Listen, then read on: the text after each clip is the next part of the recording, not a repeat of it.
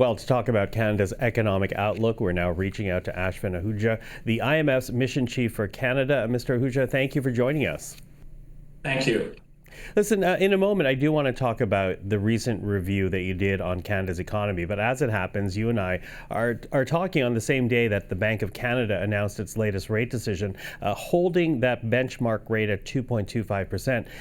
Given the uncertainty of trade challenges with the United States, do you think holding the rate rather than cutting it to stimulate economic activity is the right move? Yes, I think the decision is well judged. In fact, I think the bank had started to reduce rates earlier, and it has already allowed the economy to face the shock from a stronger starting position. Now, from the point of view that inflation is near 2% and underlying pressures are easing, firms are absorbing the higher costs, so they're passing that through prices in a limited way. The economy is operating below potential, so there's some slack emerging. I think the decision to hold today after a series of cuts is appropriate. How do you see Canada's economic, near future unfolding? Yeah, I think so. First of all, Canada has absorbed a sizable external shock better than expected, right? I mean, US tariffs disrupted tightly integrated North American supply chains. We see growth has softened, but there has been no macroeconomic dislocation because Canada has strong institutions and early policy support help cushion the impact. As I said earlier, inflation's under control. This creates room for policy support. Fiscal policy is also brightly supporting the economy. The budget 2025 provides targeted temporary support in response to shock. We could see that the biggest challenge is about boosting productivity, not necessarily stabilization. Let's pick up on that. This is a long-term pursuit.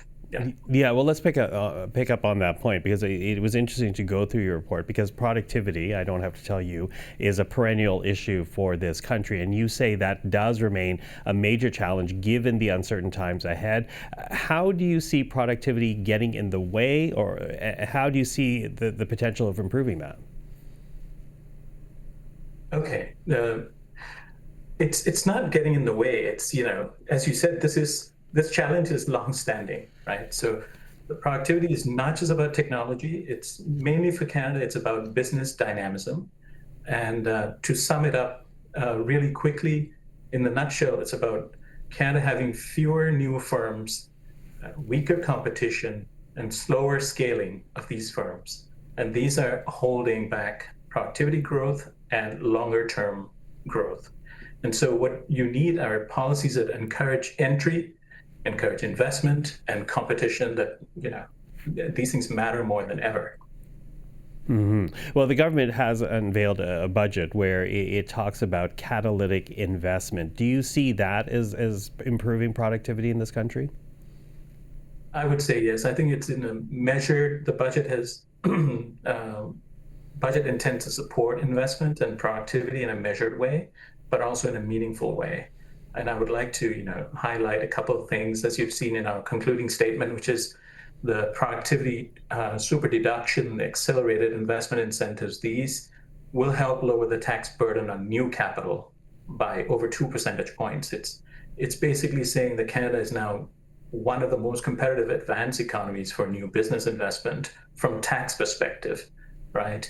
You also see in the budget a more predictable scientific research and experimental development, or SR&ED, that would strengthen innovation incentives. And these, I think, together are the main policies that would support capital deepening and growth over time. So you see there's things in the budget that might be able to help. But, it was interesting in your report as well, though, to see the concerns that you're raising about Canada's financial anchors. This government looking to a declining deficit to GDP ratio and a promise to balance operational expenses as their fiscal guardrails. But it seems you think there needs to be more. Is that fair to say? I would think that, the budget reflects a deliberate response to a shock, right? And it's done within a still credible framework. And credibility is not automatic. It's earned, and Canadian governments have over time earned it through clear anchors, transparent communication, and also consistent execution over time. What the IMF assesses here is the policy framework and its internal consistency. So, on the economics, the budget doesn't signal a loss of control. In fact, it projects a temporary increase in deficits in response to a major external shock, followed by a decline over the medium term. What we want to see, you know, reinstated would be making the debt to GDP ratio the clear top anchor, with the new anchors that they announced, which are the deficit and operating balance measures, used as supporting tools. I think this way the IMF sees that it would improve coherence and accountability. It would help explain how short-term flexibility, which is needed very much so at the moment, would fit within the long-term discipline.